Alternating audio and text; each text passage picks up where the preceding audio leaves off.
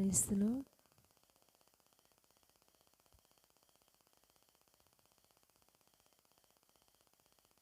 దేవుని పరిశుద్ధ నామానికి మహిమ కలుగును గాక. హల్లెలూయా.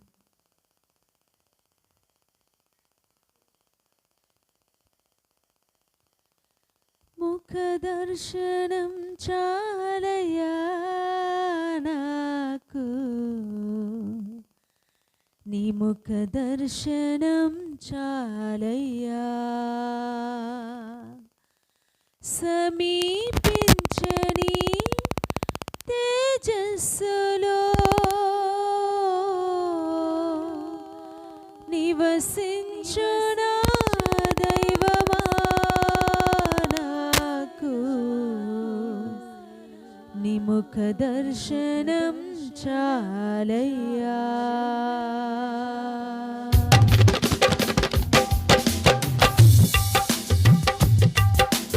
అందరూ చప్పట్లు కొడుతూ ప్రభుని మహిమపరచండి.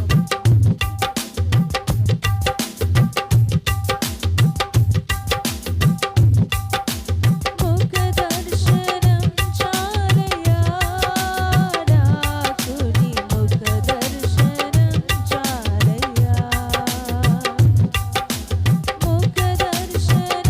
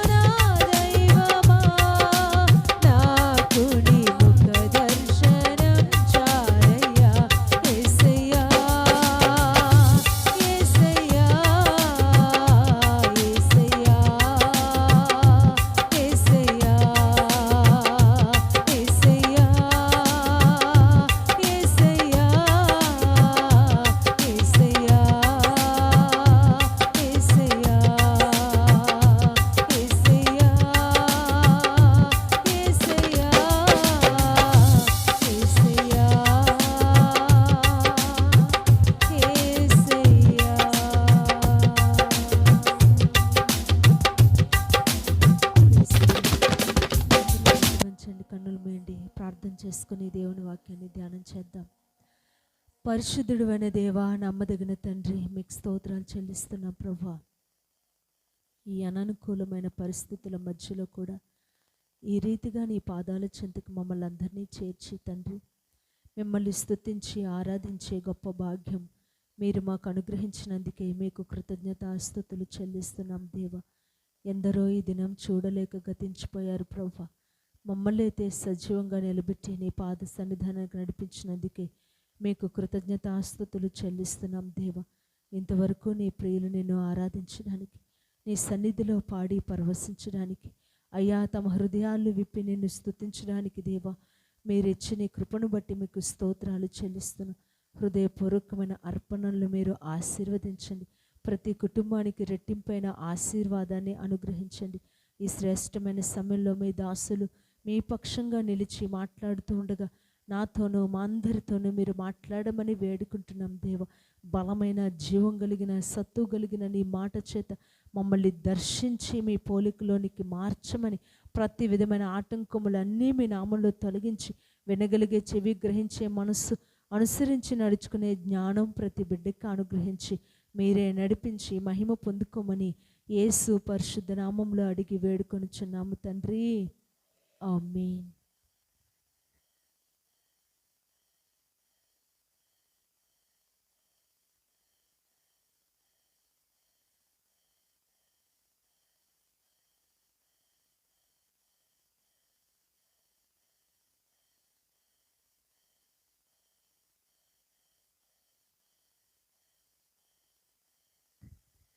దేవుని పరిశుద్ధ నామానికి మహిమ కలుగునుగాక. మీ అందరికీ ప్రభు పేరట శుభాభివందనాలు తెలియజేస్తున్నానండి. అందరికీ వందనాలు. పిల్లరా, గత 2 రోజుల తుఫాను తమిళనాడు, నెల్లూరు, చిత్తూరు అవి వివిధ స్థలాలని చాలా నష్టంతో ముంచెత్తాయి. ఈ వాతావరణ శాస్త్రజ్ఞులు, పరిశోధకులు ఇంకా 2 తుఫాన్లు ఉన్నాయని ప్రజలని భయాందోళనకి గురయ్యేటట్టుగా చెబుతున్నారు. పిల్లరా, మనం వాతావరణాన్ని మార్చలేము. వాతావరణాన్ని మార్చే దేవునికి ప్రార్థన చేయగలుగుతాం. ఈ నిన్న మొన్నటి తుఫాను కృష్ణా, గోదావరి ఆ ప్రాంతాల్లో ఉన్నవారు మంచి పంటలు, లాస్ట్ 2 వీక్స్ బ్యాక్ నేను ఆ ప్రాంతాలంతా సంచరిస్తూ వస్తుంటే కారులో నుంచి చూసినప్పుడు పంటలన్నీ చేతికి వచ్చాయి, మంచి పంట. అయితే దురదృష్టవశాత్తు ఈ నిన్న మొన్నటి వర్షం వల్ల పంటలో అవన్నీ తడిసి ముద్దయి నీళ్ళలో మునిగిపోయాయి. లేట్ చేస్తే మళ్ళీ దానిలో నుండి మళ్ళీ మొలకలు వస్తాయి. పంట దేనికి పనికిరాదు. పిల్లరా, ఒక 3 నిమిషాల పాటు, ఒక 5 నిమిషాల పాటు లైవ్లో ఉన్నవారు కూడా దేవుడు నష్టం మీద నష్టం దేశానికి రాకుండా కృప కలిగేటట్టుగా 2 చేతులెత్తి వాతావరణం కోసం, పాడి పంటల కోసం, ఈ ఆహార వనరుల కోసం కన్నులు మూసి మనస్ఫూర్తిగా దేవునికి స్తోత్రాలు చెప్తూ ప్రార్థన చేద్దామండి. ఎస్, పరిశుద్ధుడా, పరిశుద్ధుడా, నమ్మదగిన దేవా, బలవంతుడైన దేవా, నిత్యుడగు తండ్రి, ఈ తుఫానులు, ఈ వైరస్లు, ఈ తెగుళ్ళు నష్టాన్ని కలగజేస్తూ ఉండగా నీ పాద సన్నిధిలో ప్రార్థిస్తున్నాము నాయనా. నీవే చెప్పావు, నా పేరు పెట్టబడిన నా ప్రజలు తమ్మును తాము తగ్గించుకొని నన్ను వెతికి నా సన్నిధిలో ప్రార్థించిన ఎడల నేను వారి ప్రార్థన ఆలకిస్తానన్నావు తండ్రి. యేసు, నీ బిడ్డలుగా మేమందరము ప్రార్థిస్తున్నాం. దేశమంతటి మీదకి పావుర స్వరం వినబడనివ్వండి ప్రభా. ఈ భయంకరమైన అరణ్య రోదన విడుదల చేసి ఆనంద ధ్వని వినబడేటట్టుగా చేయండి. ఈ తుఫానులు అణిచివేయండి, ఈ ప్రళయాలు అణిచివేయండి, ఈ వైరస్లు యేసు నామములో మాయమైపోయినట్లుగా చేయండి. అయ్యా, మీ సన్నిధిలో చేతులెత్తి ప్రార్థిస్తున్నామయ్యా. నీవు తప్ప వేరెవ్వరూ సహాయం చేయలేరని నమ్ముతున్నాం నాయన. డాడీ సహాయం చేయి డాడీ, కృప చూపండి ప్రభువా. నీ సహాయాన్ని అందిస్తావని ఆశిస్తూ, ఇదిగో పొంచి ఉన్న ప్రమాదాలను యేసు నామములో తప్పించేసేయండి. దేశం మీదికి రాబోతున్న ఆ తుఫానులు సముద్రం వైపుకి మళ్ళించేసేయండి యేసు నామములో. దేశంలో సమాధానం ఇవ్వు డాడీ. ఇప్పటికే ప్రజలు చాలా దుఃఖంతో బాధతో ఉన్నారయ్యా. వారు నీ వైపు చూసినప్పుడు వారికి వెలుగు కలుగుతుందన్నావు కదా. సహాయం చేసి నడిపించి మీరు మహిమ ఘనత ప్రభావాలు పొందుకోమని యేసు నామములో ప్రార్థిస్తున్నాం తండ్రి, ఆమేన్. ఆ రీతిగా కార్యం చేస్తున్న దేవునికి స్తోత్రం చెల్లిద్దాం. ఆమేన్. ధారావాహికంగా గత కొన్ని నెలలుగా ఒక విషయాన్ని ధ్యానం చేస్తూ వస్తున్నాం. ఇజ్రాయిలీలు ఐగుప్తు దేశాన్ని దాటి పాలు తేనెలు ప్రవహించే దేశానికి ప్రయాణమై వెళ్తున్నారు.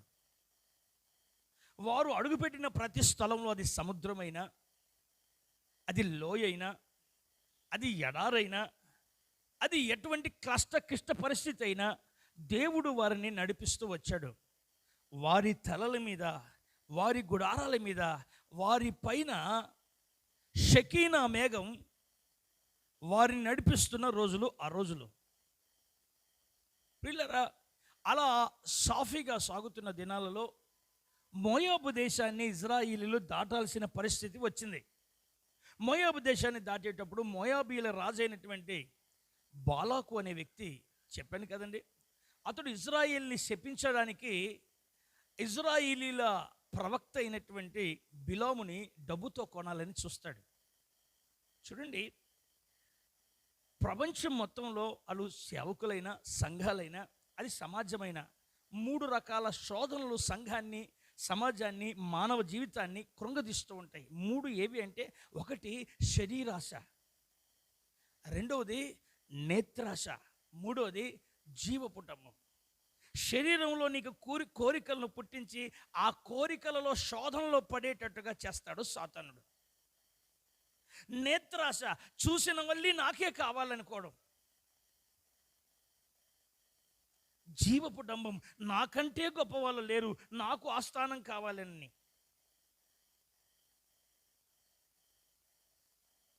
మామూలు భాషలో చెప్పాలంటే స్త్రీ, సిరి, నేను అనే ఈ 3 పాపాలు. స్త్రీ అంటే శరీర కోరికలు, సిరి అంటే ధనాపేక్ష, మూడవది నేను అనే అహంకార భావం. ఈ 3 మనుషులను అదో పాతాళానికి దిగిపోయేటట్టుగా చేస్తుంది. ఈ ధనాపేక్ష ఉరిలో లక్షల మంది, కోట్ల మంది ప్రజలు, అలాగే సేవకులు కూడా కూరుకుపోతూ ఉన్నారు. ఈ బాలాకు బిలాం దగ్గర డబ్బు సంచి పెట్టి, నా కోసం ఇజ్రాయేల్ జనాంగాన్ని శపించమని అంటాడు. దేవుడు చెప్పింది తప్ప నేను వేరే ఏది చెప్పను అనవలసిన ఆ సేవకుడు డబ్బును చూసి ఆశించి తన మాటను మార్చుకోవడానికి ప్లాన్ చేస్తాడు. ప్రియా దేవుని బిడ్డలు, ఈ బిలాము సోదె సొమ్మును, ఆ సొమ్మును చేతపట్టుకుని ఇజ్రాయేలుని శపించడానికి వెళ్తే శాపాలకు ప్రతిగా ఆశీర్వాదాలు వస్తాయి. బాలాకు పిలిచి, నేను నీకు చెప్పింది ఏంటి? వారిని శపించమని కదా చెప్పింది, నువ్వేంటి ఆశీర్వదిస్తున్నావు అని అంటాడు.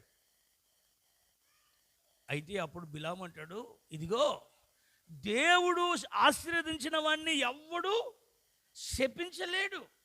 దేవుడే ఒక బిడ్డని ఆశీర్వదిస్తే, దేవుడు దీవించమని సెలవైతే, మనుషుడిగా నేను దాన్ని ఎలా మార్చగలుగుతాను అని అంటాడు. కాదయ్యా, నువ్వు వాళ్ళని శపించు, ఇక్కడ నీకు వీలు కాకపోతే ఇంకో చోటుకి వెళ్దాం పదా అని చెప్పి ఇంకొక చోటుకి తీసుకెళ్ళి ఇక్కడ నుంచైనా శపించు. అంటే ఒక రకంగా చెప్పాలంటే, మీరు లంచగొండ్లు కాదు, మీరు లంచం మీద ఆశపడి ధనాపేక్షలో పడేవాళ్ళు కాదు. కానీ మీకు అసూయ అనే పాపం ఉండొచ్చు. అసూయలో పడిపోయేవారు ఉండవచ్చు. ఇతరుల మేలును చూసి ఓర్వలేని గుణము స్వభావం ఉండవచ్చు. అటువైపు నుంచి సాతాను నిన్ను శోధించడానికి ప్రయత్నం చేస్తాడు. నా ప్రియ సహోదరి సహోదరులారా, చదవబడే వాక్య భాగంలో ఇజ్రాయేలుని శపించమని బిలాముని మరొక చోటుకు తీసుకెళ్తే అక్కడ కూడా ఆశీర్వదించేస్తాడు. అప్పుడు బాలాకు బిలాముని అడుగుతాడండి, అసలు వాళ్ళని నువ్వు ఎందుకని ఆశీర్వదిస్తున్నావు అంటే, అప్పుడు బిలాము ఇలా మాట్లాడతాడు. చదవండి, సంఖ్యాకాండం 24వ అధ్యాయం. సంఖ్యాకాండం 24వ అధ్యాయం 3వ వచనం నుండి చదివితే,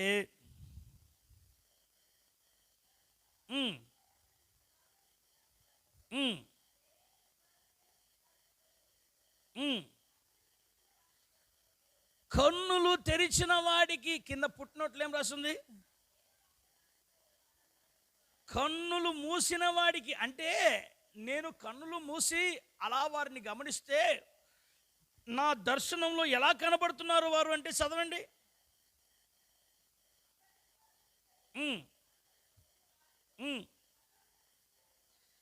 సర్వశక్తిని దర్శనము పొందెను. ఇప్పుడు అంటాడు, యాకోబు గుడారము, ఇజ్రాయేలు నివాస స్థలము. ఎంత రమ్యం చెప్పండి, ఎంతో. అంటే యాకోబు గుడారం ఎందుకు రమ్యమైనది? ఆ గుడారానికి పస్కా గొర్రెపిల్ల రక్తపు చుక్కలు, రక్తం ఉంది, అందుకనే అది రమ్యమైనది. నివాస స్థలము, ఇజ్రాయేలు నివాస స్థలం ఎందుకు రమ్యమైనది? ఆ నివాస స్థలములో ఆయన ఉన్నాడు, ఆయనతో వీరు సహజీవనం చేస్తున్నారు. గత కాలంలో ఇవన్నీ మనం విన్నాం. ఇకపోతే కింద చదువుతారండి, వాగుల వలె. ఎలా చూడండి, వాగుల అంటే 1, 2, 3, 2 కావచ్చు, 3 కావచ్చు, 4 కావచ్చు. అయితే గత వారం నేను ఈ వాగులు అనే సందేశాన్ని ప్రారంభించానండి. నేను మీకు 4 వాగులు చెప్తానని అని చెప్పాను. నిన్నటి వారానికి ఒక వాగు చెప్పడం జరిగింది. నిన్నటి వారం నేను చెప్పిన వాగు పేరేం పేరు? అందరూ చెప్పాలి. కిద్రోను వాగు. కిద్రోను అనే మాటకి అర్థం ఏంటి? నల్లని లేదా చీకటి లేదా మరణం అనే సూచన. ఈ వాగును షిమి లాంటి వారు దాటలేరు. ఈ వాగులో ఈ విగ్రహ సంబంధమైనవన్నీ కొట్టుకుపోయాయి. ఈ వాగును దాటిన వ్యక్తి, దాటించే వ్యక్తి, దాటించిన మహావీరుడు ఒకే ఒక్క దేవుడు, యేసు ప్రభు. ఆయన కిద్రోను వాగు దాటి ఆ తర్వాత ఎన్నో శ్రమలు అనుభవించి, ఎన్నో నిందలు అనుభవించి, ఆ తర్వాత కొంతకాలానికి ఆయన శ్రమ పెట్టబడి, నలగగొట్టబడి, చిత్రహింసలు చేయబడి, కొరడా దెబ్బలు తిని, ఆ గొల్గతా కొండపైన మన కొరకు ప్రాణత్యాగము చేసి, ఈ కిద్రోను వాగు దాటి సేవ చేసిన ఆ మహా గొప్ప దేవుడైన యేసయ్య మరణమయ్యాడు. కానీ మరణాన్ని నిరర్థకం చేసి 3వ దినమున తిరిగి లేచాడు అని మనం నిన్నటి వారం విన్నాం. కిద్రోను వాగును దాటించిన, మరణాన్ని దాటించిన దేవుడు యేసు ప్రభు. చీకటి నుండి మనల్ని ఆశ్చర్యకరమైన తన వెలుగులోనికి నడిపించే దేవుడు అని నిన్నటి వారం విన్నాం. ఈ వారానికి మరొక వాగును ధ్యానం చేద్దామా? చదవండి, రాజుల మొదటి గ్రంథం. రాజుల మొదటి గ్రంథం. లైవ్లో వీక్షిస్తున్న వారు మీకు రెఫరెన్స్లు పెట్టడం అనుకూలంగా ఉంటే, మరొకరికి ఈ అనుకూలత కలిగేటట్టు మీరు ఆ విషయాన్ని మీరు దానికి తెలియజేయండి.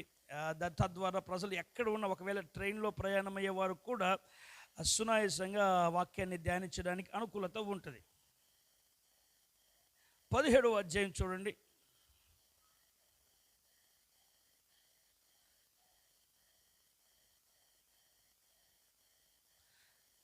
రాజుల మొదటి గ్రంథం 17వ అధ్యాయం 1వ వచనం నుండి.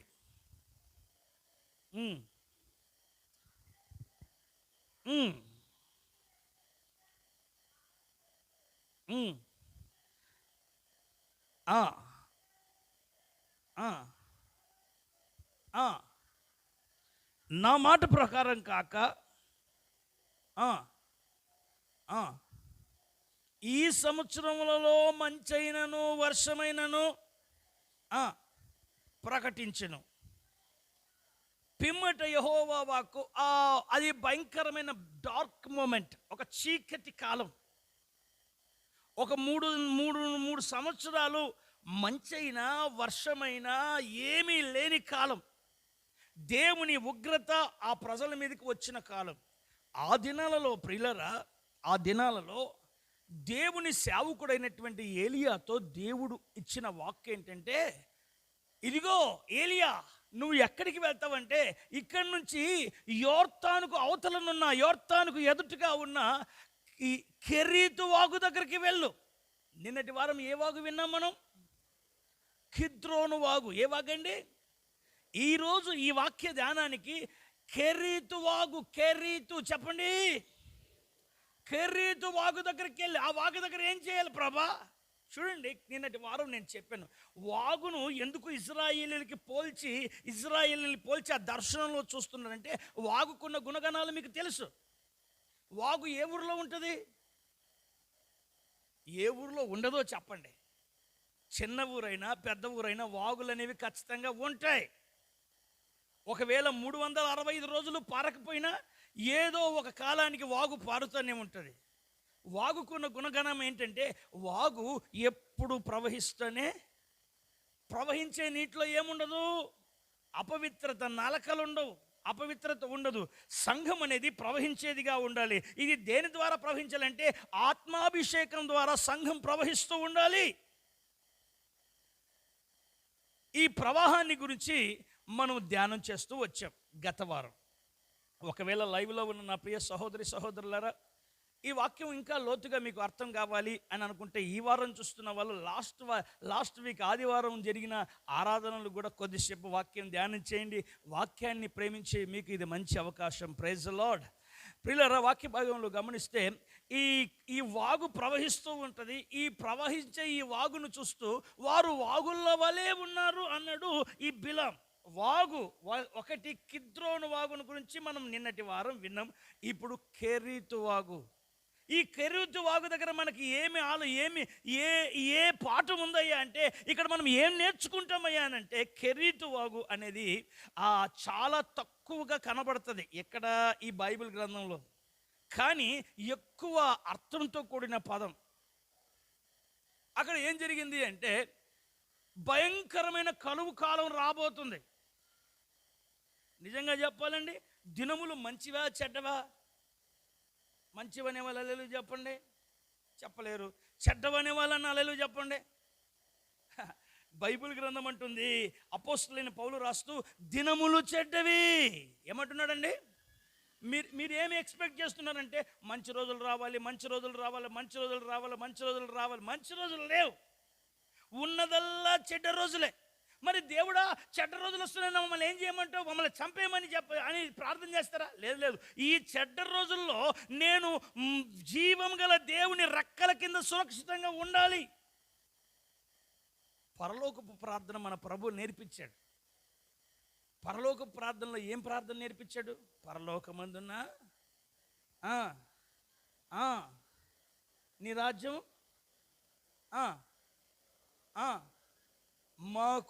మేము శోధనలోకి తేక, అంటే శోధన లేకుండా, కీడు లేకుండా మమ్మల్ని తప్పించమన్నాడా? కొద్దిగా ఆ పరలోక ప్రార్థన మీరు కంటత పెట్టి టక్ చేస్తున్నారు కదా. శోధన లేకుండా, కీడు లేకుండా చేయమన్నాడా? శోధనలోనికి తేక, నేను శోధనలో పడిపోకుండా కీడు నుంచి తప్పించు. అంటే కీడు లేకుండా కాదు, కీడు నుండి తప్పించు. అంటే గుంటలు ఉన్నాయి, లోయలు ఉన్నాయి, ఇబ్బందులు ఉన్నాయి, వాటిలో నుండి మమ్మల్ని తప్పించు. ఇది పరలోకపు ప్రార్థనలోని ఒక అంశం. ప్రియులారా, లోకంలో మీకు శ్రమ, అయినను మీరు ధైర్యం తెచ్చుకోండి అన్నాడా? నేను లోకాన్ని జయించానని ప్రభు అన్నాడా? లోకంలో మీకు ఆనందం అని బైబిల్లో ఉందా? లోకంలో మీకు శ్రమ, అయినను మీరు ధైర్యం తెచ్చుకోండి, నేను లోకాన్ని జయించాను, నేను మీలో ఉంటాను. మీలో ఉన్నవాడు లోకంలో ఉన్నవాని కంటే గొప్పవాడు అని రాయబడి ఉంది. ప్రియ దేవుని బిడలారా, వాక్య భాగంలో చూస్తే దేవుని వాక్యం మనల్ని హెచ్చరిస్తున్న విషయం ఏంటంటే, ఇదిగో మమ్మల్ని శోధనలో నుంచి తప్పించు. కెరీతు వాగు దగ్గర ఏలియాతో దేవుడు ఏమంటున్నాడంటే, ఇదిగో అంతటికి కరువు రాబోతుంది. ఎట్లాంటి కరువు అంటే, మనిషి మాంసాన్ని పీక్కు తినేంత, కన్న బిడ్డల్ని చంపుకు తినేంత కరువు, అలాంటి కష్టం రాబోతుంది. అయితే ఆ కష్టాన్ని నువ్వు చూడకూడదంటే కొంతకాలం కెరీతు వాగు దగ్గరికి వెళ్ళు. ఎక్కడికి? కొంతకాలం కెరీతు వాగు దగ్గరికి వెళ్ళి అక్కడ ఏం చేయాలి చూడండి. దేవుని చేతిలో గొప్పగా వాడబడాలనుకున్న వారికి ఏముంటే వాడబడతారు?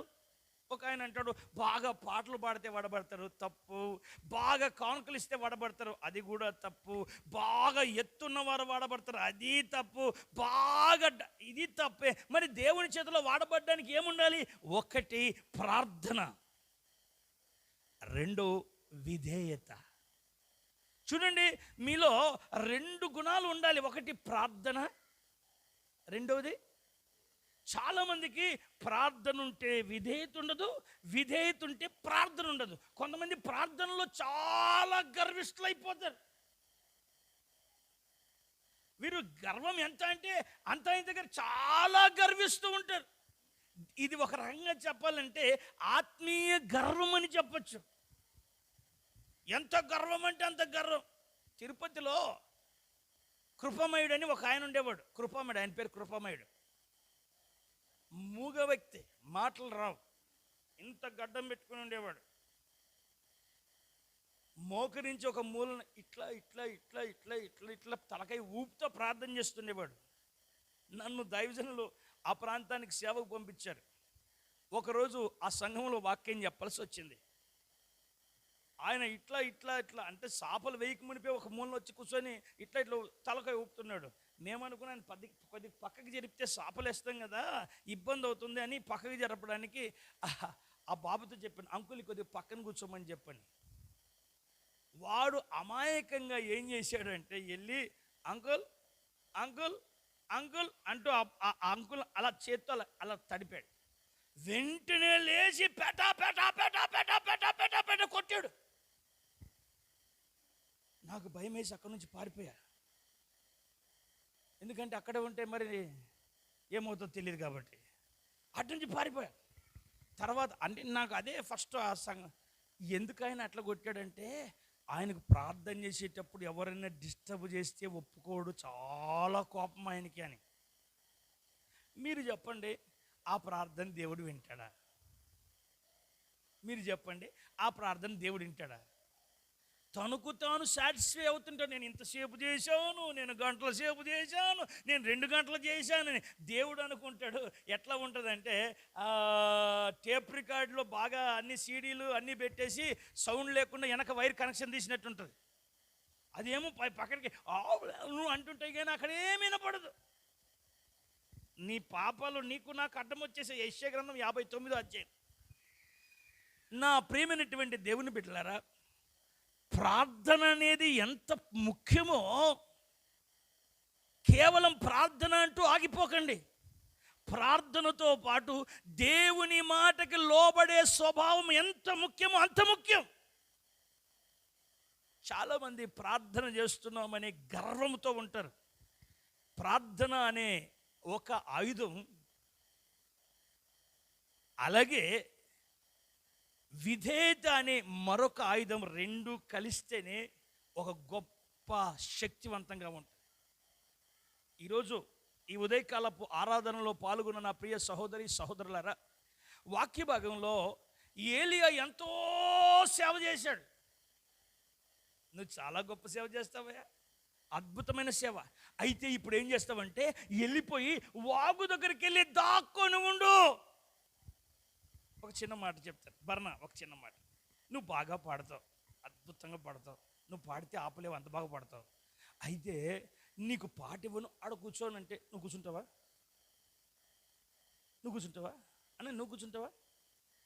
ఇప్పుడు ఏలియా ఎంత పెద్ద ప్రవక్త కదా, ఎంత పెద్ద సేవకుడు కదా, ఊరికే కూర్చోమంటే కూర్చుంటాడా? శక్తి ఎక్కడుందో తెలుసా? దేవుని మాటకు లోబడిన స్థలములోనే దేవుని శక్తి ఉంది. హల్లెలూయా. ఈ కెరీతు వాగు దగ్గరికి వెళ్ళి దాక్కొని ఉండాలంట, దాగి ఉండాలంట. ఈ దాగి ఉండే అనుభవాన్ని ఈ కెరీతు వాగు నేర్పుతూ ఉంది. ప్రియులారా, మనము కొన్నిటిని దాచుకోవలసిన అవసరత ఉంది. చాలామంది ఏది దాచుకోవాలో ఏది దాచుకోకూడదో కూడా అనే జ్ఞానం కూడా లేని క్రైస్తవులు ఉన్నారు. నా దగ్గర జోబులో ₹1,00,000 ఉన్నాయి, ఇప్పుడే ఉన్నాయి. ఎవరో ఇచ్చారు నాకు కానుకగా అనుకోండి, నిజం కాదు అనుకోండి. నాకు అనిపించింది మీరు అప్పుడే ఉన్నాయా అని అనుకోండి. అయితే జోబులో ₹1,00,000 పెట్టుకున్న వాడిని నేనేం చేస్తాను? పాపా బృందా, మా దగ్గర ₹1,00,000 ఉన్నాయి. అమ్మ మరియమ్మ ₹1,00,000 ఉన్నాయి. సునీతక్క ₹1,00,000 ఉన్నాయి. అమ్మ ₹1,00,000 ₹1,00,000 ₹1,00,000 ₹1,00,000 లక్ష అనుకుంటూ వెళ్తున్నాను అనుకోండి. ఈ ₹1,00,000 నా దగ్గర ఉంటుందా? ఉండదా? ఎట్లా చెప్తున్నారు మీరు? మీ మీద ఏదో డౌట్ వస్తుంది, ఎట్లా చెప్తున్నారు? చూడండి, మనకున్న విలువైన దాన్ని మనం ఎలా కాపాడుకోవాలో అలా తెలిస్తేనే అది అంతం వరకు నీ దగ్గర ఉంటుంది. నీకు శ్రేష్టమైన వరాలు ఉన్నాయి. ఊరికే నాకు స్వస్థత వరం. ఇది ఊరికే చెప్పుకునేది కాదు. ఇది ప్రజలు చెప్పుకోవచ్చు, కానీ నీవు నీ నోటితో చెప్పదు, దాచుకో. అందుకని అపోస్తులైన పేతురు రాస్తూ, తగిన కాలమందు ఆయన నిన్ను హెచ్చించినట్లు ఆయన బలిష్టమైన చేతి కింద అణిగి ఉండండి, దాగి ఉండండి. ఈ దాగి ఉండే లక్షణం చాలా మందికి లేదు. అయితే బిలాము చూస్తున్నాడు, వారు వాగుల వలె ఉన్నారు. ఏ వాగులాగా ఉన్నారు? వారు కిద్రోను వాగులాగా ఉన్నారు. వారు ఏ వాగులాగా ఉన్నారు? వారు కెరీతు వాగులాగా ఉన్నారు. కెరీతు వాగుకున్న లక్షణం ఏంటంటే అక్కడ దాగి ఉండే అనుభవం మనకు నేర్పుతుంది. ఇంకొక రకంగా అర్థం చేసుకోవద్దు. తల్లి గర్భంలో పిండంగా రూపింపబడిన ఆ శిశువు ఎంతకాలం దాగి ఉండాలి? నిజంగా ఇది అక్షరార్థంగా కాదు, ఆత్మీయంగా ఆలోచిస్తే కొంతకాలం దాగి ఉండాలి. సూర్యరశ్మి పడకుండా, ఈ లోకపు కాలుష్యాలు రాకుండా కొంతకాలం దాగి ఉండాలి. దాగి ఉండవలసిన కాలంలో దాగి ఉండకుండా వచ్చేసారనుకోండి, ఏమైపోతారు? వారు సంపూర్ణమైన మనుషులుగా ఉంటారా? అసంపూర్ణ. వారి మేధస్సు, వారి జ్ఞానం, వారి చేతులు, వారి కాళ్ళు అన్నీ అసంపూర్ణంగానే ఉంటాయి. అందుకని ఏమై ఇటు పుట్టాడంటే, వీడు 5వ నెలలోనే పుట్టాడనా, 9 నెలల వరకు దాగలేడనా, 3వ నెలలోనే పుట్టాడు అందుకే వాడు చచ్చిపోయాడు. అంటే చూడండి, తల్లి గర్భంలో శిశువు కొంతకాలం దాగి ఉండినట్లుగా మనం కూడా దాగి ఉండవలసిన అవసరం ఉంది. ఇక్కడ చూస్తే యెషయా గ్రంథంలో 26వ అధ్యాయం రెఫరెన్స్ని కోడ్ చేయండి ఎవరైనా. యెషయా గ్రంథం 26వ అధ్యాయం 21వ వచనం.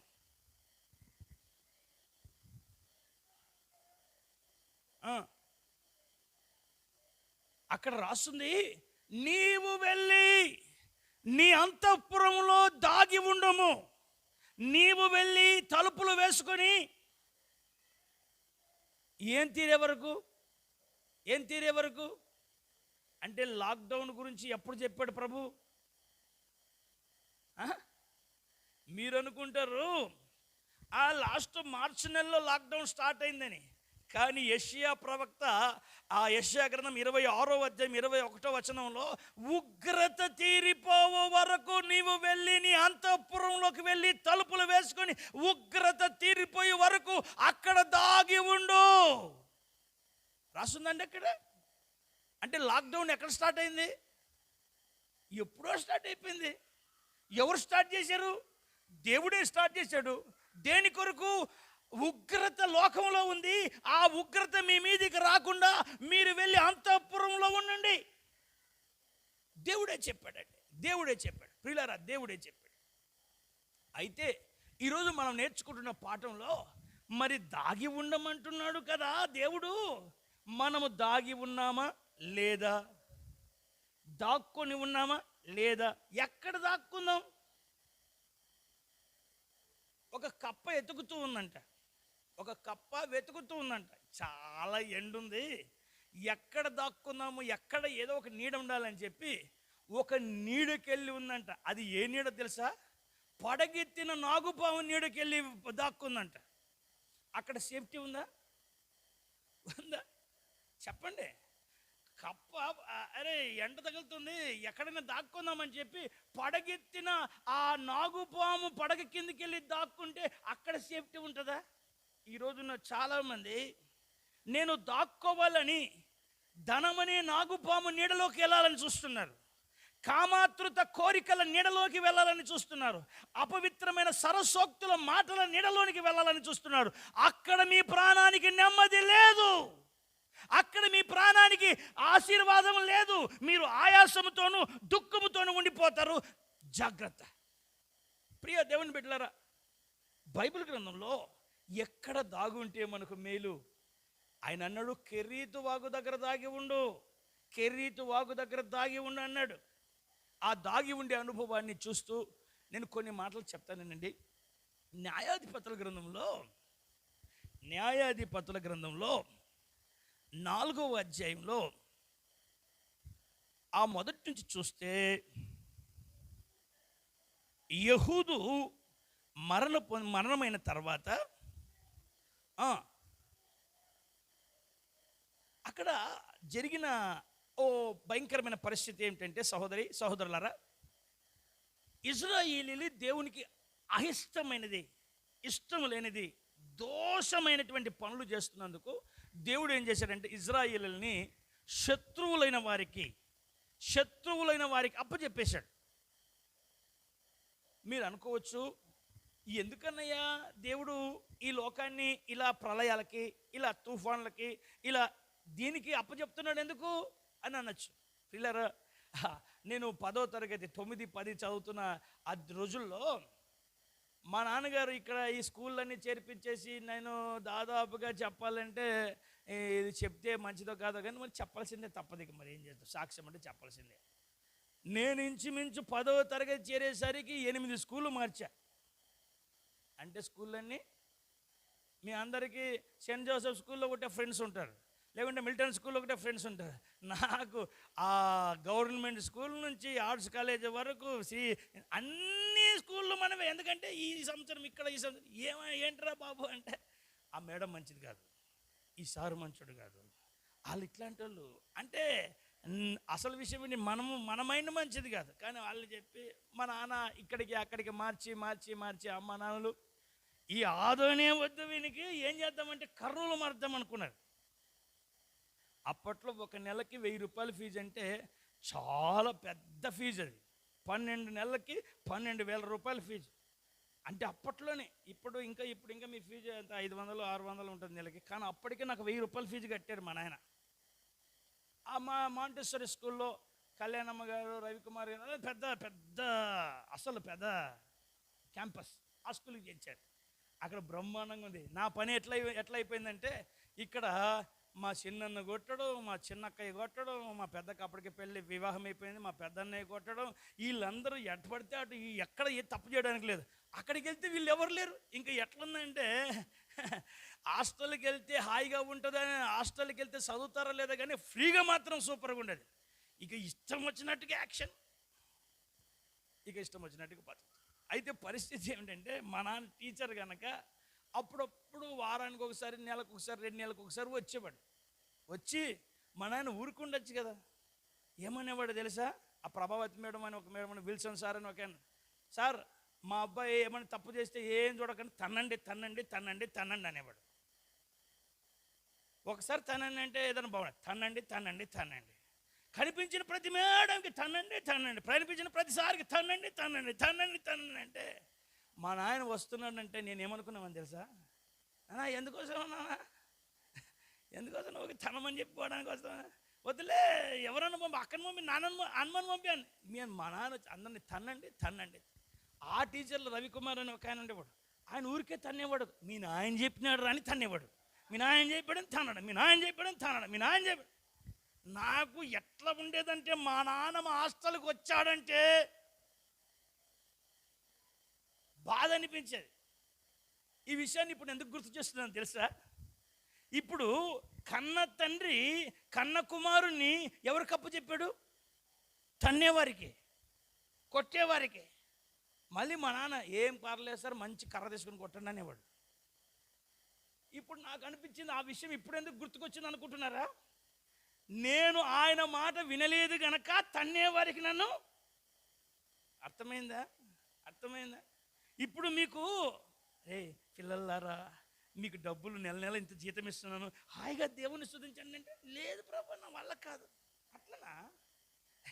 పిల్లలారా, మీకు అవి ఇవి బట్టలు బ్రహ్మాండమైన బట్టలని ఇస్తున్నాను, వేసుకొని బ్రహ్మాండంగా వచ్చి స్తుతించండి. అట్లా ఇట్లా అయితే నా మాట వినరు కదా వీళ్ళకి. రే ఆ వైరస్ రోజులు, ఆ వైరస్ వదిలితే అప్పుడు యేసు రక్తము రక్తము రక్తము అమూల్య అని పాడతారు. అప్పుడు మీరు అంటే నీ మీదికి శోధన రానంత వరకు ప్రార్థన రాలే. అక్కడ మీరు చదివే న్యాయాధిపతుల గ్రంథం 4వ అధ్యాయంలో యెహూదు మరణమైన తర్వాత ఇంకా యెహోవా దృష్టికి దోషులైనందుకు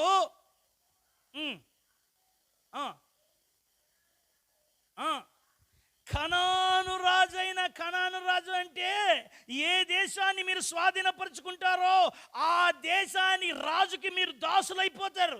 వారు మిమ్మల్ని మీ మీద ఏలికలు అవుతారు, వారు మిమ్మల్ని ఇబ్బంది పెడతారు. అంటే మేము వారిని స్వాధీనపరచుకోవాల్సింది పోయి వారు మమ్మల్ని స్వాధీనపరుచుకున్నారు. దేవుడు అప్పగించేశాడట. అప్పుడు వీళ్ళని ఎన్ని సంవత్సరాలు ఇబ్బంది పెట్టారో తెలుసా? ఇప్పుడు ఇది ఎన్నో సంవత్సరం ఇది 20 అదెన్నో సంవత్సరం? వారు కూడా 20 సంవత్సరాలు కఠోరమైన శిక్ష పెట్టారంట. కనాను రాజు ఇశ్రాయేలీల్ని ఒక సైన్యాధిపతికి అప్పచెప్పారు. ఆ సైన్యాధిపతి పేరేం పేరు తెలుసా? సిసేరా. చెప్పండి, వస్తే రాపోతే పోగాదు. చెప్పండి, సిసేరా అనే సైన్యాధిపతికి అప్పచెప్పారంట. ఇజ్రాయేలీలు వంత చూసుకో పిల్లల్ని. మీరు మామూలుగా టీచర్లతో తన్నులు తిన్న పిల్లలు ఉంటారు, చూసినారు ఎప్పుడన్నా? టీచర్లతో ఊరికి తన్నులు తింటారు. వాళ్ళకి కొద్దిసేపు టీచర్ యాక్షన్ చేయమ్మా అని ఇచ్చేసేయండి కర్ర. కూర్చోలేదా?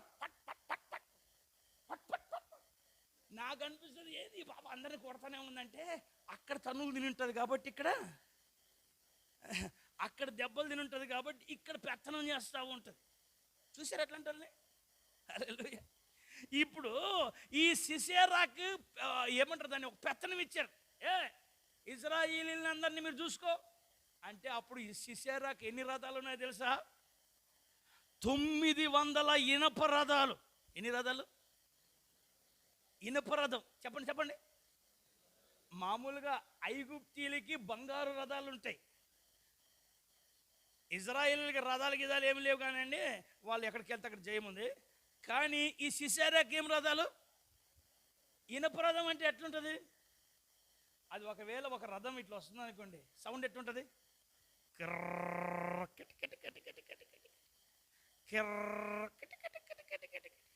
ఆ సౌండ్కి ఏమవుతారు? పాత రోజుల్లో ఎస్ఐలకి డిఎస్పీలకి ఏమి ఇచ్చేవాళ్ళు? బుల్లెట్ ఇచ్చేవాళ్ళు. బొడ్ బొడ్ బొడ్ బొడ్ బొడ్ బొడ్ బొడ్.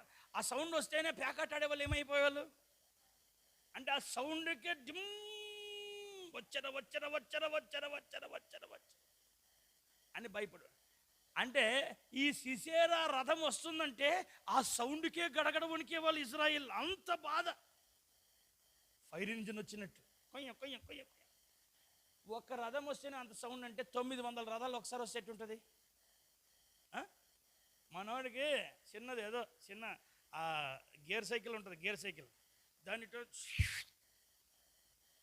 ఆ బండికి కింద తలకాయ కొద్దిగా లావు ఉంటుంది, హ్యాండిల్ కొద్దిగా సన్నగా ఉంటుంది, కడుపు ఇంత లావు ఉంటుంది, ట్యాంకు అంటే మన వాళ్ళకి కొంచెం వెరైటీగా ఉన్నా అంటే ఇంకా జిగ్ జిగ్ జిగ్ జిగ్ జిగ్. ఒకడైతే మన కారు అప్పుడే కొనుక్కున్నాం, ఆ హాస్పిటల్ దగ్గర అదేంది ఆ మెడికల్ షాప్ దగ్గర ఆపితే వాడు ఒకడు వచ్చి గిరగిరి ఒరే ఈడు చెప్తున్నా పొరపాటున మా బండి మీద వచ్చాను. లే సార్ సూపర్ బండి సార్ ఇది అంటున్నాడు. ఆగరా బాబు, నువ్వు ఇక్కడ నువ్వు తిరుగుకుంటుండే నేను అటు వెళ్తానని చెప్పి వాడు చూస్తే నాకు భయం వేసింది. అంటే ఒక వెరైటీ బండి ఉంటేనే ఇంత యాక్షన్ చేస్తున్నారు. ఇప్పుడు సిసేరాకి ఎన్ని బండ్లు ఉన్నాయి అర్థమవుతుంది మీకు? 900 ఇనపరాదాలు ఒక్కసారి వస్తే ఊరు గుర్ర అంటది, అది కదిలితే గుర్ర అంటది. అన్ని రథాలు వస్తున్నాయి. ఇజ్రాయేలీలు చాలా బాధపడ్డారు. అయితే వాళ్ళు ఏం చేశారో తెలుసా? దేవునికి ప్రార్థన చేశారు. దేవా, ఈ సిసారా చేతుల్లో నుంచి మమ్మల్ని విడిపించు దేవా, అయ్యా ఈ కష్టం నుంచి. దేవుడికి ఒక గుణం ఉందండి, దేవుడికే కాదు బిడ్డల్ని కన్నా ప్రతి తల్లి తండ్రికి ఒక గుణం ఉంటుంది. ఏంటో తెలుసా? కొడుకు ఎంత తప్పు చేసినా, కుమార్తె ఎంత తప్పు చేసినా, అమ్మ నన్ను క్షమించమ్మా అంటే మీరు ఇంకా వాత పెడతారా? నిజంగా చెప్పండి, వాత పెడతారా? వాడు ఎంతో దుర్మార్గ పని చేసి ఇంకా వాత పెడతారా? పిల్లరా, ఒక ఊళ్ళో జరిగిన సన్నివేశం చెప్తాను వినండి. అది భీమవరం ప్రాంతం. ఆ ప్రాంతంలో ఒక అమ్మాయి పేదరాలు, తన తల్లి ఆ బిడ్డని పెంచాలని గొప్ప ఉద్యోగం చేయించాలి. వినండి, లైవ్లో ఉన్నవారు కూడా జాగ్రత్తగా గమనించండి. అమ్మాయిని ఆ హాస్టల్లో చేర్చాడు.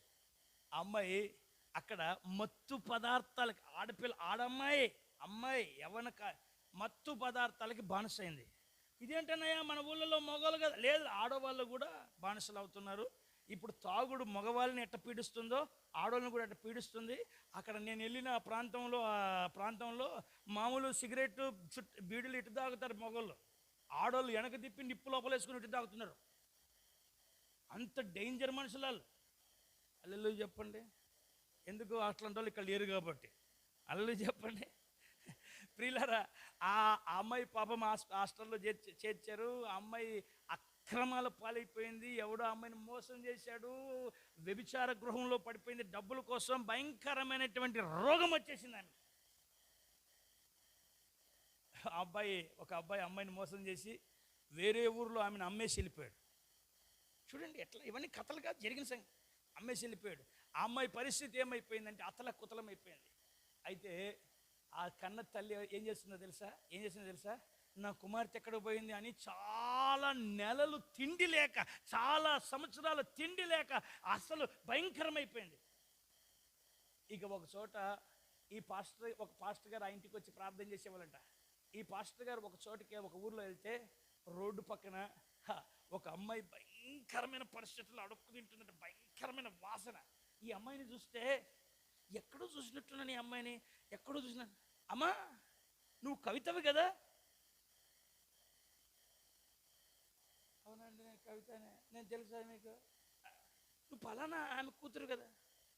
అప్పుడు ఆమె పరిస్థితి నేవడానికి కూడా లేని పరిస్థితి ఉంటే, అప్పుడు ఆ బిడ్డని చూసి, అమ్మా మీ అమ్మ నీ కోసం ఏడ్చుకుంటూ దుఃఖపడుతుందమ్మా అని పాస్టర్ గారు అంటే, నన్ను గనక చూస్తే మా అమ్మ చచ్చిపోతుంది. లేదమ్మా, నన్ను ఇంకా చేర్చుకోలేరండి, నాకు రోగం ఎయిడ్స్ వచ్చేసిందండి, నేను బతకలేనండి, కొంతకాలం బతకను, నా శరీరం అంతా భయంకరమైన వాసన అండి. అదే ఏం పర్లేదమ్మా, నేను ఒకసారి మీ అమ్మ దగ్గర తీసుకెళ్తానని ఆ పాస్టర్ గారు ప్రయాసపడి ఈమెను తీసుకెళ్ళి వాళ్ళ అమ్మ దగ్గర పెడితే, చూడండి ఆ తల్లి అంత భయంకరమైనటువంటి బలహీనతలో ఉన్న కుమార్తెను చూసి బయటికి పో అని అనలే.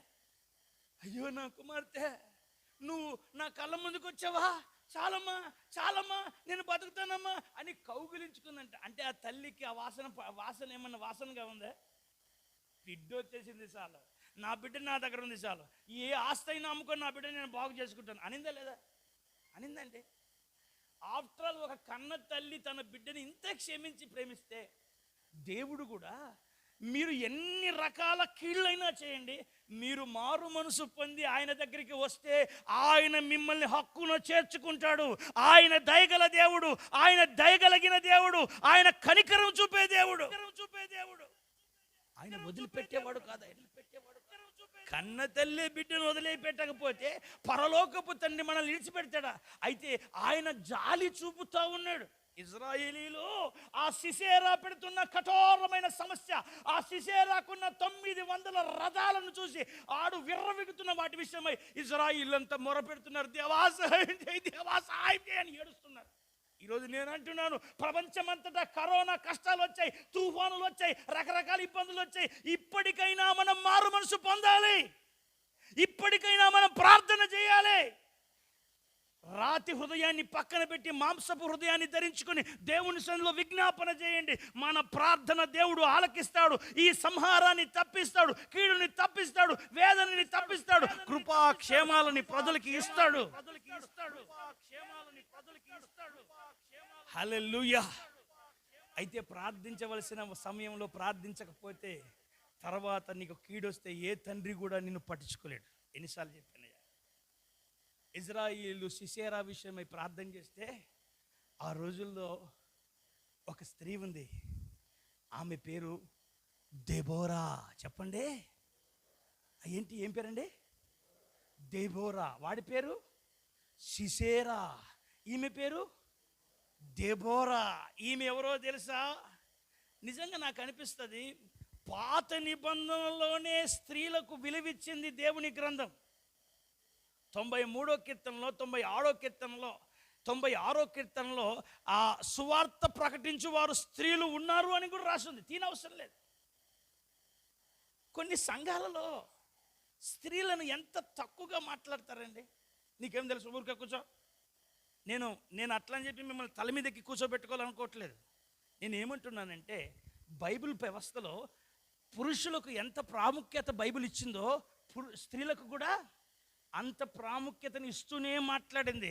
ఆ న్యాయాధిపతుల గ్రంథంలో 4వ అధ్యాయంలో సిసేరా అంతు చూడడానికి దేవుడు ఆ దినాలలోనే ఒక న్యాయాధిపతి మగ వ్యక్తి కాదు, ఆడ వ్యక్తి న్యాయాధిపతిని దేవుడు నేను నిలబెట్టాడు. ఆమె పేరు దెబోరా.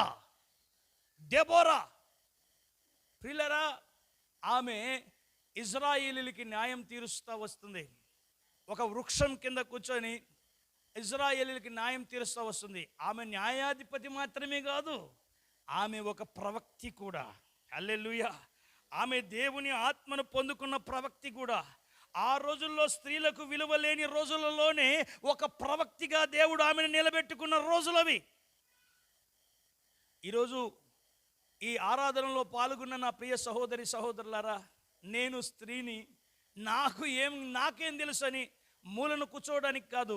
నీవు స్త్రీవైనా దేవుని చేతిలో వాడబడ్డానికి స్త్రీ అని పురుషుడని భేదం లేదు, గ్రీకు దేశస్థుడని ఇంకొకటని భేదం లేదు. అందరూ ఒకటే దేవుని దృష్టికి. హల్లెలూయా చెప్పండి. ప్రియ దేవుని బిడ్డలారా, వాక్య భాగంలో చూస్తే ఆ సిసేరా అంతు చూడడానికి దెబోరాని దేవుడు లేవనెత్తాడు. ఈ దెబోరా ఒక ప్రవచనం చెప్తుంది. ఏమని తెలుసా? సిసేరాని దేవుడు అప్పగించేస్తున్నాడు. సిసేరా అంతు చూసేస్తున్నాడు దేవుడు సిసేరాని అప్పగిస్తాడని ఒక వ్యక్తికి చెప్తే ఆ వ్యక్తి ఏమంటాడో తెలుసా? అమ్మ, నువ్వు కూడా నాతో పాటు రామ్మ, యుద్ధానికి నువ్వు కూడా నాతో పాటు రామ్మ అంటే అప్పుడు ఆమె ఆత్మపూర్వకంగా ఒక మాట అంటారు. ఇదిగో సిసేరా ఎంతమందిని భయపెట్టాడు? సిసేరా ఇజ్రాయేలు జనాంగాన్ని అంత ఎలా భయపెట్టాడు? ఇనప రథాల మీద వచ్చి భయపెట్టాడు. అంత భయంకరమైన వ్యక్తి సిసేరా. అయితే ఈమె లేచి అంటది, ప్రవచిస్తుంది, ఇదిగో సిసేరాని ఒక ఆడమనిషి చంపేస్తుందని. అబ్బా, అంత ఘోరమైన సిసేరాని ఒక ఆడమనిషి చంపేస్తుంది ఎలాగూ? మొత్తానికి ఆ ప్రవక్తి అయినటువంటి దెబోరా ఒక వ్యక్తితో, ఇదిగో నువ్వు పలానా 2 గోత్రాల మధ్యన ఉన్న వారిని ఒక 10,000 మంది సైన్యాన్ని తీసుకొనిరా, దేవుడు అప్పగించబోతున్నాడు సిసేరాని ప్రవచిస్తుంది. ఆ తర్వాత సిసేరా 900 ఇనపరథాలు వేసుకొని ఇజ్రాయేలుని భయపెట్టడానికి వస్తాడు. ఇక్కడ ఇది 4వ అధ్యాయం 18వ వచనంలో, అలాగే 4వ అధ్యాయం 21వ వచనంలో ఉంది. అక్కడ ఏం రాస్తుంది ప్రియులారా అంటే, సిసేరా ఇనపరథాలను వేసుకొని అందరిని భయపెడతా వస్తుంటే, ఇతడు ప్రజల్ని భయపెడితే దేవుడేమో సిసేరాని భయపెట్టాడంట. హల్లెలూయా. ఒకవేళ నిన్ను కరోనా భయపెట్టింది, నిన్ను తుఫాను భయపెట్టింది, అయితే మనం ఆరాధించే దేవుడు ఏదో తెలుసా? నిన్ను భయపెట్టే వారిని భయపెడతాడు. గట్టిగా చెప్పండి, కొట్టండి. నిన్ను భయపెట్టే వారికే భయం పుట్టిస్తాడు ఆయన.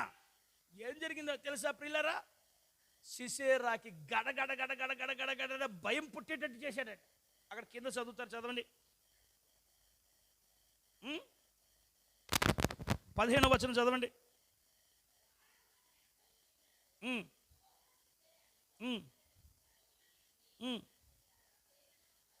ఏమైంది?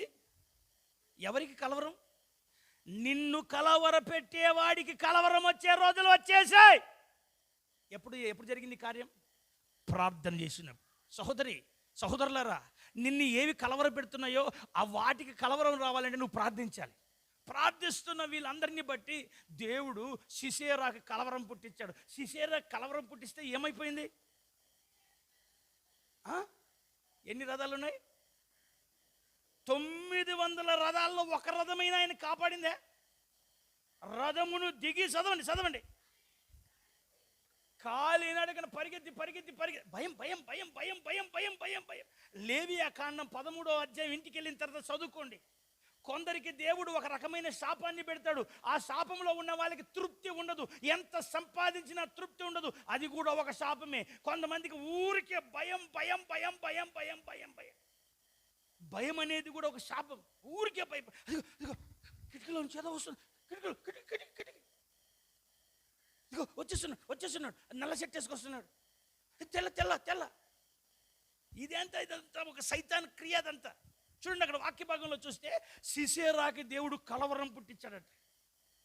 ఇప్పుడు సిసేరాకి ఏమైందంటే, అమ్మో నేను చచ్చిపోతాను, ఎక్కడ దాగుందామని పరిగెత్తి రథాలున్నాడు కూడా సహా పరిగెత్తి ఎక్కడికి వెళ్ళాడంటే ఒక వీధిలోకి వెళ్ళాడు. అక్కడ ఒక సిస్టర్ ఉంది. ఏం పేరు? సిస్టర్ పేరు యాయేలు. చెప్పండి. అప్పుడెప్పుడో చెప్పాను, ఏ వేలు కాదు, బొటనేలు కాదు, యాయేలు అని చెప్పాను. చెప్పండి, ఏం పేరు? అమ్మ, ఆడవాళ్ళు చెప్పండి, మగవాళ్ళు చెప్పండి, అందరు చెప్పండి. యాయేలు అనండి. మీ నోట్లో పని అనండి. ఈ యాయేలు అనే ఆమె ఉంది. ఆమె ఏం చేసిందంటే, అయ్యగారు ఇటు రండి అని పిలిచింది. ఇప్పుడు ఈయన ఏం చేశాడంటే బుద్ధి లేనిలాగా ఇప్పుడు తన ప్రాణానికి ఏమైంది? కీడుంది కదా. ఇప్పుడు ఎక్కడ దాక్కోవాలి? ఇప్పుడు మన సబ్జెక్ట్ ఏంటి? కెరీతు వాగు దగ్గర దాగి ఉంటే నీ కాపుదల. ఈ సిసేరాకి ఎక్కడ దాగుండాలో తెలీదు, ఎక్కడ దాచిపెట్టుకోవాలో తెలీదు. కొందరు సంఘంలో కూడా బుద్ధి లేని, జ్ఞానం లేని వాళ్ళు ఉంటారు. యోబు గ్రంథం తీయండి ఒకసారి అందరి. యోబు గ్రంథం తీయండి, 39వ అధ్యాయం తీయండి, 13వ వచనం చదవండి. 39:13.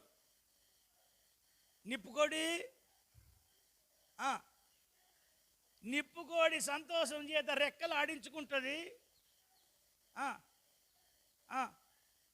దానికి ఏమేమి ఉన్నాయి? అమ్మ ఇటు చూడండి, ఒకరు చదవండి, మిగిలిన వాళ్ళు చూడండి. ఆ నిప్పుకోడికి ఏమేమి ఉన్నాయి? రెక్కలున్నాయి, ఈకలున్నాయి, ఇంకా వెంట్రుకలు ఉన్నాయి. అబ్బా ఎంత అందమైనటువంటి నిప్పుకోడి, అబ్బా అనుకోవచ్చు. అయితే దానికి ఏం లేదంట, దానికి వాత్సల్యం లేదు, దానికి తెలివి లేదు. దేవుడు దానికి తెలివి లేని దానిగా చేశాడు. ఎన్నో వచనం? ఏం చేశాడు? ఇది రెక్కలున్నాయి, ఈకలున్నాయి, ఎంట్రుకలున్నాయి, ఇది బాగుంది, కానీ దీనికి అన్నీ ఉన్నాయి కానీ ఏం లేదు. ఏమయ్యా సిస్టర్, ఏం సిస్టర్, మాకు వాషింగ్ మిషన్ ఉంది, మాకు బీర్బాబు ఉంది, మాకు ఇంకోటి సోఫా ఉంది, మాకు ఇంకొకటి ఉంది, మాకు తల మీద ఒక గంట కూడా ఉంది, అన్నీ ఉన్నాయి, కానీ మాకేం లేదు. అసలు ఇవన్నీ లేకుండా తెలివి ఉండడం శ్రేష్టమా? ఇవన్నీ ఉండి తెలివి లేకపోవడం శ్రేష్టమా? కొంతమంది చూడండి, ఎంత బుద్ధిహీనంగా ఉంటారంటే అంత బుద్ధిగా ఉన్నాడు. ఇప్పుడు నీ భర్త కష్టపడి కష్టపడి కష్టపడి పని చేసి వస్తాడు. వచ్చిన వెంటనే ఏం చేయాలి? ఏమండి, హార్లిక్స్ తాగుతారా, బోర్న్విటా తాగుతారా, వేడి నీళ్ళు తాగుతారా, ఉప్పు నీళ్ళన్న తాగుతారా, గంజైనా తాగుతారా అని అడిగితే ఆయన అసలు ఎడారిలో నుంచి ఏసీలోనికి వచ్చినట్టు ఉంటుంది. ఆయన ఇంకా రాకమునిపే ఏమండే కరెంట్ బిల్లు ఎంత వచ్చింది తెలుసా? అసలు ఆ కడవలన్నీ మయమని చెప్పాను చూసావా? అసలు ఇప్పటివరకు ఎక్కడికి పోయాను? ఆయన ఇంకా ఇంట్లోకి వస్తూ ఉన్నాడు. అప్పుడు ఆయన ఏం చేస్తాడంటే ఏసీలో నుంచి ఎడారిలోకి వచ్చినట్టు ఫీల్ అవుతాడు. ఒక పామును చూసినట్టు ఫీల్ అవుతాడు. నిన్ను చూడగానే, పామును చూడగానే మనం ఏం చేస్తాం? ఎక్కడ కర్ర ఎక్కడుందా అని వెతుకుతాం. అంతే కదా. జ్ఞానం ఉండదు. ఈరోజు నుంచి మీరు మీ ఇంటికి వెళ్ళగానే మీ ఆయన బయట హార్లిక్స్ తాగుతారా, ఏముండదు, ఊరికి వట్టిదే. హార్లిక్స్ ఉండదు, బోర్న్విటా ఉండదు, పంచదార ఉండదు, ఏముండదు. ఓకే, హార్లిక్స్ తాగుతారా, బోర్న్విటా తాగుతారా అని ఊరికి అనండి. చూడండి ఎట్లుంటుంది మీ ఇంట్లో. అసలు సూపర్ ఉంటుంది. ప్రియులారా, కొంతమంది బ్రతుకులు ఎట్లా ఉంటాయంటే తెలివి లేనోళ్ళలాగా ఉంటారండి. ఈ నిప్పుకోడికి తెలివి లేదు. ఏం చేసిందో తెలుసా? ఎందుకు తెలివి లేదంటే అది కష్టపడి పిల్లల్ని కష్టపడి గుడ్లు పెడుతుందంటే, కష్టపడి గుడ్లు ఎక్కడ పెడుతుంది తెలుసా? ఆ దూళ్ళలో పెడుతుందంట.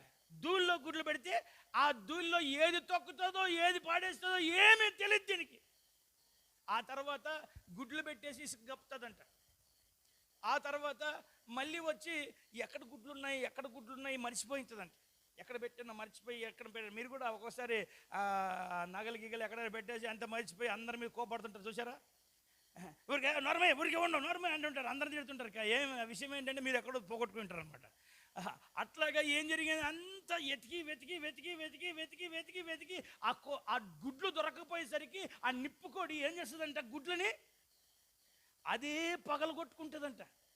ఆ పోతే పోయినా నా వెట్టు దొరకలేదు, తన గుడ్లే తను చంపుకుంటూ నాకేం దొరకలేదు అని అనుకుంటుందంట. అందుకనే దేవుడు దాని గురించి అంటాడు, దీనికి ఏం లేదు. ఎందుకు తెలియలేదు? ఇది ఎక్కడ దాచిపెడితే క్షేమమో దీనికి తెలీదు. ఇక్కడ అంటాను, దావీదు తన ప్రాణాన్ని ఎక్కడ దాచుకున్నాడు తెలుసా? యెహోవా యొద్ద యొక్క మూట ఉంది, అక్కడ నా ప్రాణాన్ని దాచిపెట్టాను. నా కన్నీళ్లు జీవపు కవలిలో ఉన్నాయి, నా ప్రార్థన యెహోవా సన్నిధిలో ఉన్నాయి, నేను అక్కడ దాచిపెట్టాను. ఈ ఇహమందును ఐశ్వర్యం అవడానికి ప్రయాసపడకండి, మీ ధనాన్ని పరలోకంలో కూర్చుకోండి, అక్కడ దాచుకోండి. హల్లెలూయా. ప్రియ సహోదరి సహోదరులారా, ఈ నిప్పుకోడికి తెలివి లేనట్టుగానే ఈ సిసేరాకు కూడా తెలివి లేకుండా ఏం చేశాడంటే పరిగెత్తి అమ్మ నన్ను దాచిపెట్టు తల్లి అని యాయేలుని అడిగితే, యాయేలు రండి అని చెప్పి ఆమెకు ఒక పాల డబ్బా ఓపెన్ చేసి పాలు తగ్గిపించేసి అలసిపోయాడు. పరిగెత్తి అలసిపోయాడు. దుప్పటి కప్పి కంబలు కప్పి పడుకొని చెప్పి ఇక్కడ తలకాయ పెట్టి, నేను కరెక్ట్గా ఇక్కడ తలకాయ పెట్టు, ఇక్కడ కాళ్ళు పెట్టుకో, ఇక్కడ పడుకో అని చెప్పి పడుకోబెట్టి ఆ యాయేలు ఏం చేసింది తెలుసా? మీరు తర్వాత చదవండి. యాయేలు ఏం చేసిందంటే ఈ సిసేరాని చెత్తనండి సిసేరాని ఆ తలకాయ బాగా చూసి, తలకాయ కరెక్ట్గా చూసి అక్కడికి వెళ్ళి గుడారపు మేక ఒకటి ఉంది, అంటే టెంట్కి మేక కొడుతుంటారు చూసారా? మీ ఇంటి ముందు శామ్యాన్ వేసి ఆ శామ్యానికి ఒక మేక కొడుతుంటారు, టపా సుచితో కొడుతుంటారు. అట్లా మేక తీసుకొచ్చేసి ఇది తలకాయే, ఇది బుర్ర, ఇది చెవులు, ఇటు తిరిగిన కొంచెం ఇటు తిరిగి అని ఇద్దరు అనుకుంటున్నాడు. సరే పెడితే ఆ తలకాయ మీద ఒకసారి ఆ మేక పెట్టి సుత్తి తీసుకొని ఒక్క దెబ్బ కొడితే తలకాయలో నుంచి పటా పటా పటా పటా పటా పటా పటా పటా పటా నేలలోకి దిగబడిందంట. ఇక్కడ వినండి, ఇజ్రాయేలుని ఎంత బాధ పెట్టాడు? చాలా బాధ పెట్టాడు. ఎన్ని సంవత్సరాలు బాధ పెట్టాడు? అయితే వాడు ఎందుకు ఓడిపోయాడంటే ఎక్కడ దాక్కోవాలో తెలియక ఓడిపోయాడు. కానీ మీకు విషయం చెప్పనా, వాడి ఓటమికి కారణం ఎక్కడ దాక్కోవాలో సిసేరాకు తెలియదు. మరి మీ గెలుపుకి కారణం మీరు ఎక్కడ దాక్కుంటే క్షేమంగా ఉంటారు? 91వ కీర్తనలో మహోన్నతుని చాటును నివసించువాడే, మహోన్నతుని చాటుకెళ్ళండి, అక్కడ మీరు దాక్కొని ఉండండి. అక్కడ మీరు దాక్కుంటే మీకు అపాయమేమీ రాదు, ఏ తెగులు నీ గుడారము సమీపించదు. అతడు నాకు మొరపెట్టగా నేను అతనికి ఉత్తరం ఇస్తాను, అతనికి నా రక్షణను చూపిస్తాను. ఎందుకంటే అక్కడికి వెళ్ళి దాక్కున్నందుకు. దేవుని బిడ్డలారా, వచ్చే వారం నుంచి కరెక్ట్గా 11:15 ఆరాధన అయిపోతుంది. 8:30కి మీరు వస్తే, 9:30కి వస్తే 11:45 అవుతుంది, 10కి వస్తే 12:30 అవుతుంది, 1 గంటకు వస్తే అంటే ఒకరి కోసం టైం ఏం పెరగదు. కరెక్ట్గా ఈరోజు 11:30కే 11కే ముగించాలని చాలా గట్టి నిబంధన చేసుకున్నాం మేము. కానీ మీరు ఎందుకు ఇంకా ఇప్పుడు వస్తారు చూడండి, వెనక ఇంకా టక్కుమని ఫోటో తీసుకున్నారు, పేపర్కి వేద్దాం, ఈనాడు పేపర్కి. హల్లెలూయా. ప్రియులారా, నా మాట గమనించండి. సిసేరా ఎక్కడ ఎక్కడ ఎక్కడ దాక్కోవాలో తెలీదు. బైబిల్ గ్రంథంలో యోహాను సువార్తలో యేసయ్య కూడా దాక్కున్నాడు, తెలుసా మీకు? చదవండి ఒకసారి. యోహాను సువార్త 8వ అధ్యాయం 59వ వచనం. ఇంకొకరు చదవండి, యోహాను సువార్త 12వ అధ్యాయం 37వ వచనం. యోహాను సువార్త 8:59 ఎవరు చదువుతారు? యేసయ్య బోధ చేస్తుంటే యేసయ్య మీద రాళ్ళు రువ్వడానికి లేచారు వాళ్ళు. యేసయ్య ఏం చేశాడు? ఎక్కడికి? ఎవరి దగ్గర ఉండకుండా ఆయన మీద రాళ్ళు రువ్వే వాళ్ళ దగ్గర ఆయన ఉండడు. ఆయన అక్కడి నుంచి దాగి వెళ్ళిపోతాడు. ఎవరి దగ్గర ఉంటాడు? ఆయనను స్తుతిస్తూ ఏకీభవిస్తూ ఆయన స్తుతించే వారి మధ్యన ఉంటాడు. ఇప్పుడు మళ్ళా యోహాను సువార్త 12:37.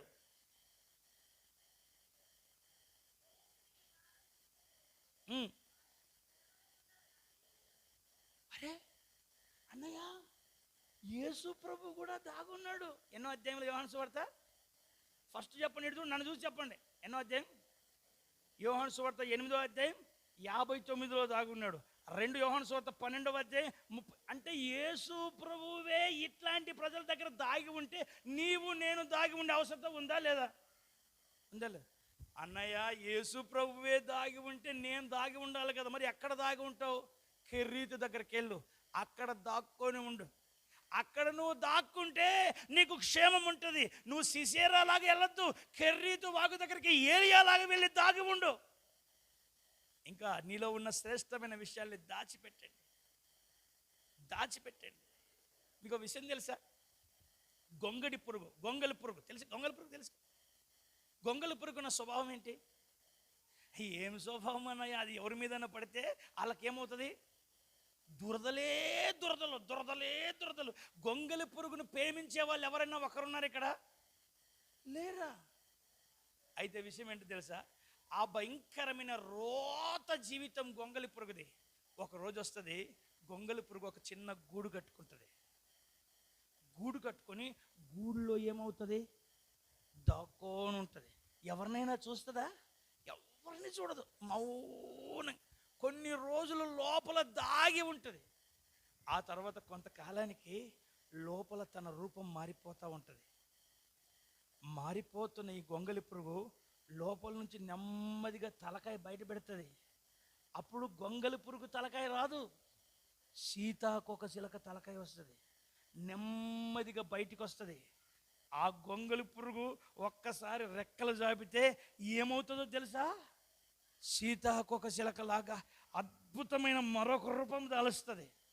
ఇప్పుడు చెప్పండి, సీతాకోకచిలక మీ అందరికి ఇష్టమేనా? అరే, ఒకప్పుడు గొంగళి పురుగుగా ఉన్నది ఇది సీతాకోకచిలకగా బటర్ఫ్లైగా మారితే మీ అందరికి ఇష్టం. పిల్లలైతే దాన్ని నేను పెంచుకుంటానంటారు. ఎందుకంటే దాని రూపం. యేసయ్య అంటాడు, రండి నా వెలుగులోకి రండి, నా రెక్కల కిందకి రండి. మీరు నా దగ్గర దాగి ఉంటే మీ రోత బ్రతుకుని నేను మార్చి, మీరు అందరికీ అహిష్టులే కానీ మీరు ప్రపంచానికే ఒక చరిత్రగా మార్చేస్తాను నేను మిమ్మల్ని. హల్లెలూయా. మనం ఎక్కడికి వెళ్ళి దాగుండాలంటే ఆ బాప్తిస్మములో, ఆ పరిశుద్ధాత్మ అభిషేకములో, ఆయన వాక్యపు రెక్కల కింద దాగి ఉండగలిగితే విధవరాలిగా తృణీకరింపబడిన రూతు చరిత్రకి ఎక్కినట్టుగా మిమ్మల్ని దేవుడు ఆశీర్వదిస్తాడు. ఆయన రెక్కల కిందికి రండి. ఒకసారి అందరూ లేచి నిలబడండి. నిన్నటి వారం కిద్రోను వాగు అనే విషయాన్ని మనం ధ్యానం చేశాం. నేటి ఆదివారం కెరీతు వాగును గురించి మీరు విన్నారు. కెరీతు వాగు దాగి ఉండే అనుభవాన్ని సూచిస్తుంది. నా ప్రియమైన వారులారా, ఉగ్రత తీరిపోవు వరకు, సంహారం దాటిపోవు వరకు మీరు దాగి ఉండవలసిన స్థలం అంతఃపురం. మీరు దాగి ఉండవలసిన స్థలం ఆయన రెక్కల కింద. మీరు దాగి ఉండవలసిన స్థలం ఆయన రక్తపు కంచెలో. మీరు దాగి ఉండవలసిన స్థలం ఆయన రక్షణ కోటలో.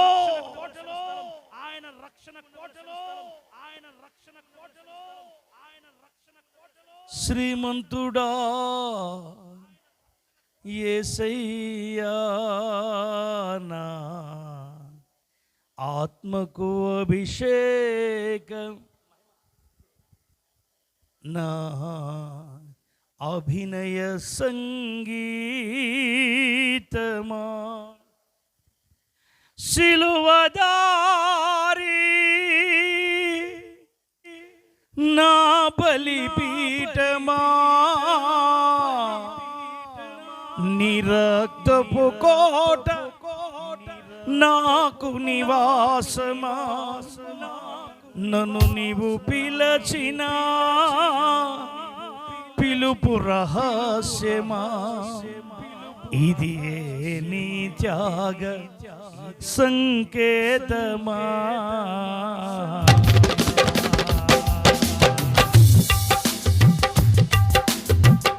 శ్రీమంతుడా యేసయ్యా, నా ఆత్మకు అభిషేకమా,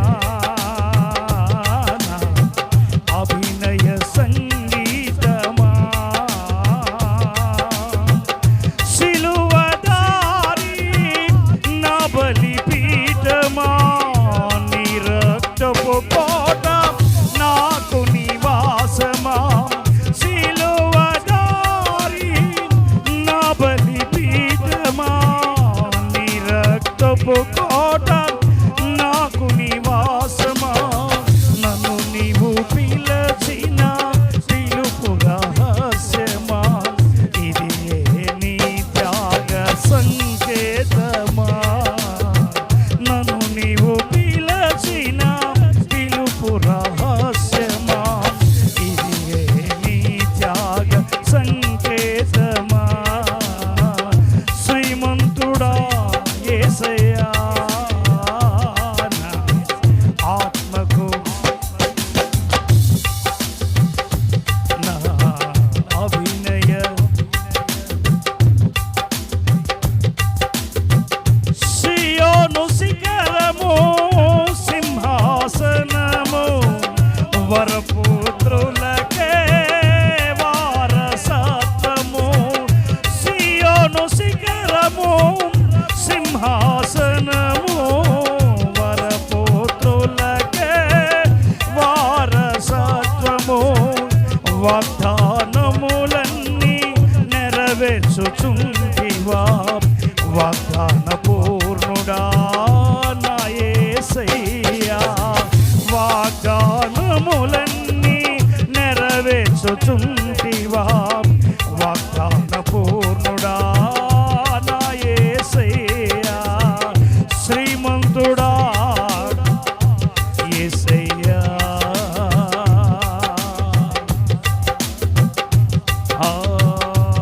నా అభినయ సంగీతమా, శ్రీమంతుడా యేసయ్యా, అభినయ సంగీతమా,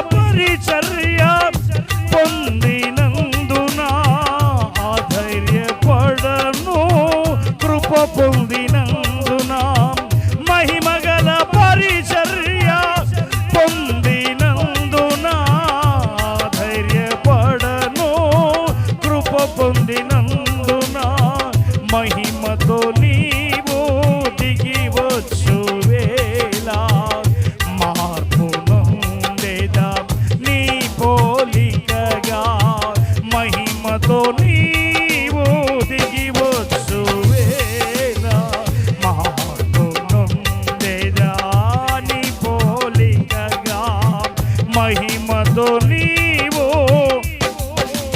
గొంగలి పురుగు మార్పు నొందినట్టుగా నేను నీ సన్నిధిలో దాగి ఉండి మార్పు నొందుతాను.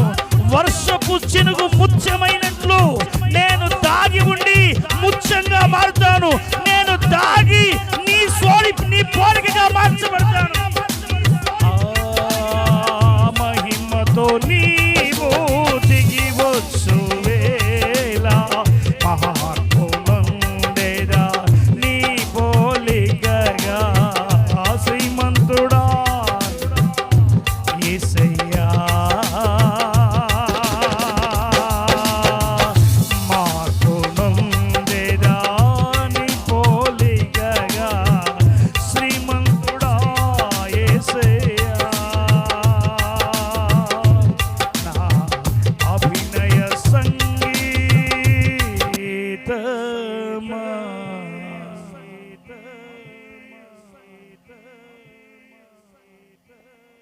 బిలాము అంటున్నాడు, వారు వాగుల వలె వ్యాప్తి చెందుతున్నారు. వారు వాగులాంటి వాళ్ళండి. వారు ప్రవహిస్తూనే ఉంటారండి. వారిలో స్వచ్ఛత ఉంది, అపవిత్రత లేదు.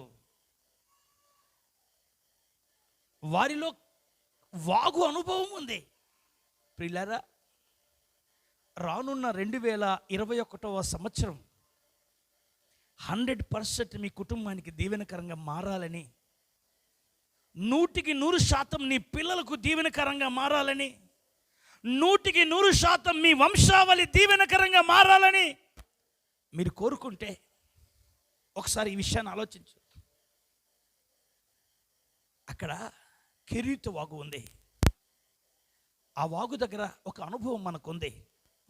అక్కడ మనం దాగి ఉండాలంటండి. అక్కడ మనకు సమృద్ధి కలుగుతుందండి. ఏరు నీళ్ళు పారుతూ ఉంటాయి. కాకోలాలు మాంసాన్ని రొట్టెల్ని అందిస్తూ ఉంటాయి. కెరీతు కంటే విలువైనటువంటి వాగు నా యేసయ్య రక్తం. అక్కడ నువ్వు దాగి ఉంటే ఆయన జీవాహారంగా జీవజలంగా నీకు ఉంటాడు. నువ్వు మార్పు నొందుతావు. దాగి ఉన్నవాడి మార్పు నొందుతాడు. ఆకాశం నుండి పడ్డ వర్షపు చినుకు ఆల్చిప్పలో దాగి ముత్యంగా మారితే, దురద పాలు చేసే ఈ గొంగలి పురుగు దాగి ఉండి సీతాకొక చిలకగా బటర్ఫ్లైగా మారితే, ఆయన అంతఃపురంలో ఆయన రెక్కల కింద ఆయన బలిష్టమైన చేతి కింద దాగి ఉన్న నిన్ను